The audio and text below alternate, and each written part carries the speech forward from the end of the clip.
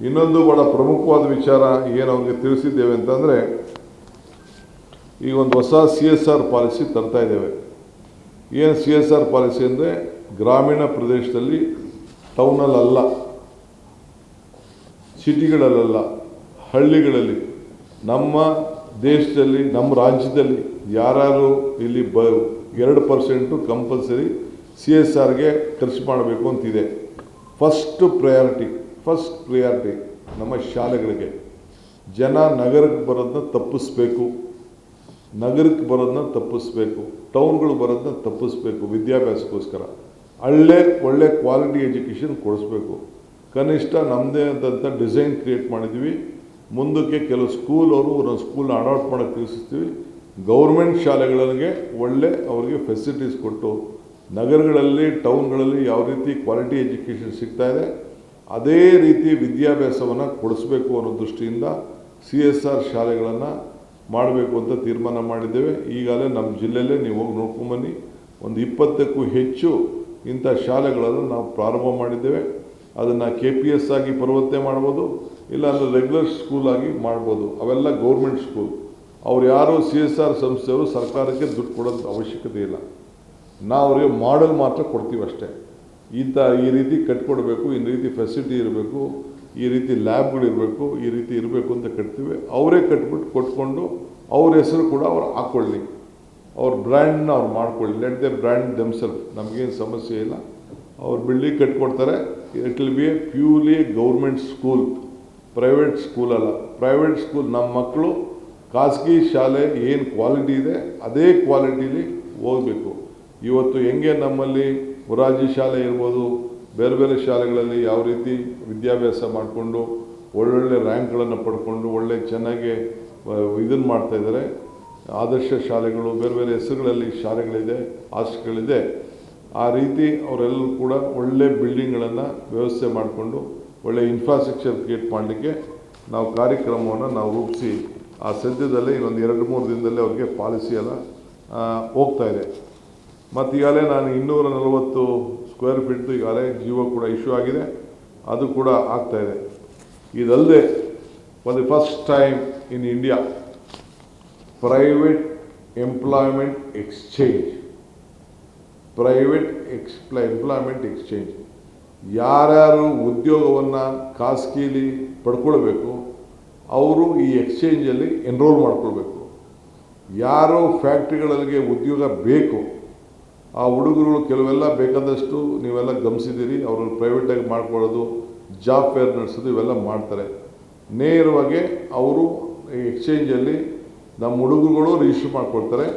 ಆ ಸಂಸ್ಥೆಯವ್ರಿಗೆ 50 ಜನ ಬೇಕಾ, 20 ಜನ ಬೇಕಾ, 30 ಜನ ಬೇಕಾ, ಏನು ಕ್ವಾಲಿಫಿಕೇಷನ್ ಬೇಕಾ ಅವರು ಎಕ್ಸ್ಚೇಂಜ್ ಮಾಡ್ತಾರೆ. ನಮ್ಮ ಸ್ಥಳೀಯರಿಗೆ ಹೆಚ್ಚಿಗೆ ಅವಕಾಶ ಸಿಗಬೇಕು. ನಾವು ಅವ್ರ ಹತ್ರ ಮಾತಾಡ್ತೀವಿ. ಅವ್ರಿಗೂ ಎಲ್ಲರಿಗೂ 100% ನಾವು ತೆಗೆದುಕೊಳ್ಳಿ ಅಂತ ಹೇಳಲಿಕ್ಕೆ ಆಗೋದಿಲ್ಲ. ಏಕೆಂದರೆ ಕೆಲವು ಟೆಕ್ನಿಕಲ್ ಹ್ಯಾಂಡ್ಸು ಹೊರಗಡೆಯಿಂದನೂ ಅವಕಾಶ ಕೊಡಬೇಕಾಗ್ತದೆ. ಸೊ ಬೇರೆಯವ್ರಿಗೆ ನಮ್ಮ ಸ್ಥಳದಲ್ಲಿ ಅವ್ರಿಗೊಂದು ಪರ್ಸೆಂಟೇಜ್ ನಾವು ಫಿಕ್ಸ್ ಮಾಡ್ತೀವಿ. ಆ ಪ್ರಕಾರ ನಮ್ಮಿಂದ ಯಾರು ಉಪಯೋಗ ಪಡ್ಕೊಂಡಿರ್ತಾರೆ ಅವರಿಗೆ ನಮ್ಮ ರಾಜ್ಯದಲ್ಲಿ ಅವ್ರು ಮಾಡ್ತಾರೆ. 100% ಆಗದೆ ಹೋದರೂ ಕೂಡ ಕೆಲವು ಪರ್ಸೆಂಟೇಜ್ನ ನಾವು ಅವ್ರ ಮಾತುಕತೆ ಮಾಡಿ ಅವ್ರ ಹತ್ರ ಫಿಕ್ಸ್ ಮಾಡ್ತೀವಿ. ನಮ್ಮ ಸ್ಥಳೀಯರಿಗೆ, ಯುವಕರಿಗೆ ಉದ್ಯೋಗವನ್ನು ಕಲ್ಪಿಸ್ಕೊಡಲು ಒಂದು ಸೇತುವೆಯನ್ನು ನಿರ್ಮಾಣ ಮಾಡ್ತದೆ. ಇದು ಯುಗ ವರ್ಷ ಇದು ಯೂತ್ಸ್ಗೋಸ್ಕರ ನಾವು ಹೊಸ ಯುವಕರ ಯುಗವನ್ನು ಪ್ರಾರಂಭವನ್ನು ನಾವು ಮಾಡ್ತಾಯಿದ್ದೇವೆ.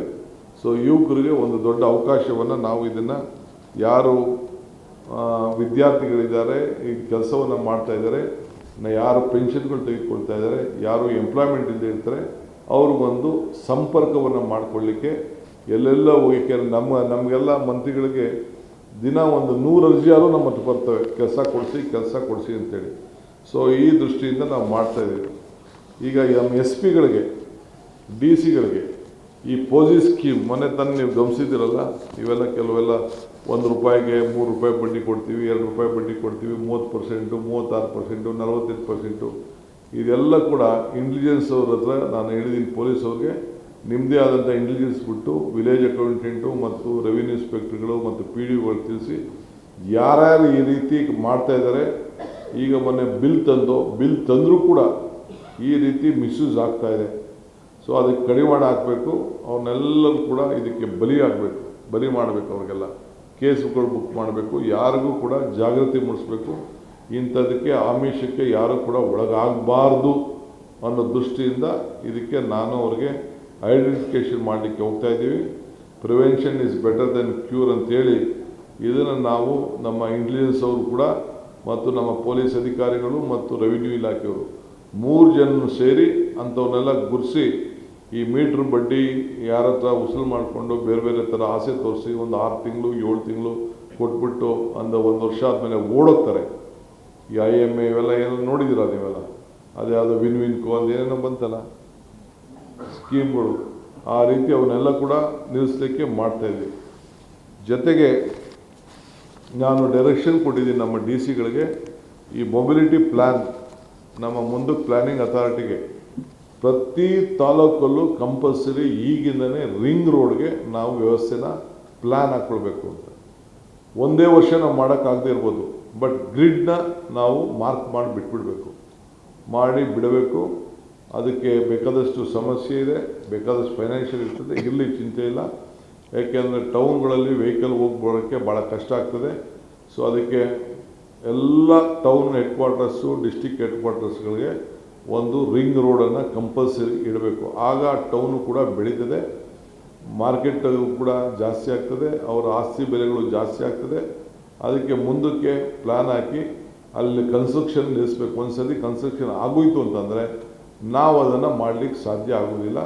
ಸೊ ಅದಕ್ಕೆ ತಾಲೂಕಿನ ಎಲ್ಲ ಹೆಡ್ ಕ್ವಾರ್ಟರ್ಸು ಡಿಸ್ಟಿಕ್ ಹೆಡ್ ಕ್ವಾರ್ಟರ್ಸಲ್ಲಿ ಕಂಪಲ್ಸರಿ ರಿಂಗ್ ರೋಡ್ ಮಾಡಲಿಕ್ಕೆ ನೀವು ಗ್ರಿಡ್ನ ತಯಾರು ಮಾಡಿ ಅಂತೇಳಿ, ಅದಕ್ಕೆ ನಾನು ಲೋಕಲ್ ಬಾಡಿ ಏನು ನಮ್ಮ ಪ್ಲ್ಯಾನಿಂಗ್ ಅಥಾರಿಟಿಗಳಿದೆ, ನಮ್ಮ ಬೆಂಗಳೂರು ನಮ್ಮ ಡೆವಲಪ್ಮೆಂಟ್ ಅಥಾರಿಟಿಗಳಿದೆ, ಅವ್ರಿಗೆ ನಾನು ಮಾರ್ಗದರ್ಶನವನ್ನು ಕೊಟ್ಟಿದ್ದೇನೆ. ಇದನ್ನು ಟೌನ್ ಪ್ಲ್ಯಾನಿಂಗ್ ಅವ್ರನ್ನ ನೀವು ಬಳಸ್ಕೊಳ್ಬೇಕು ಅಂತ ತಿಳಿಸಿದ್ದೇನೆ.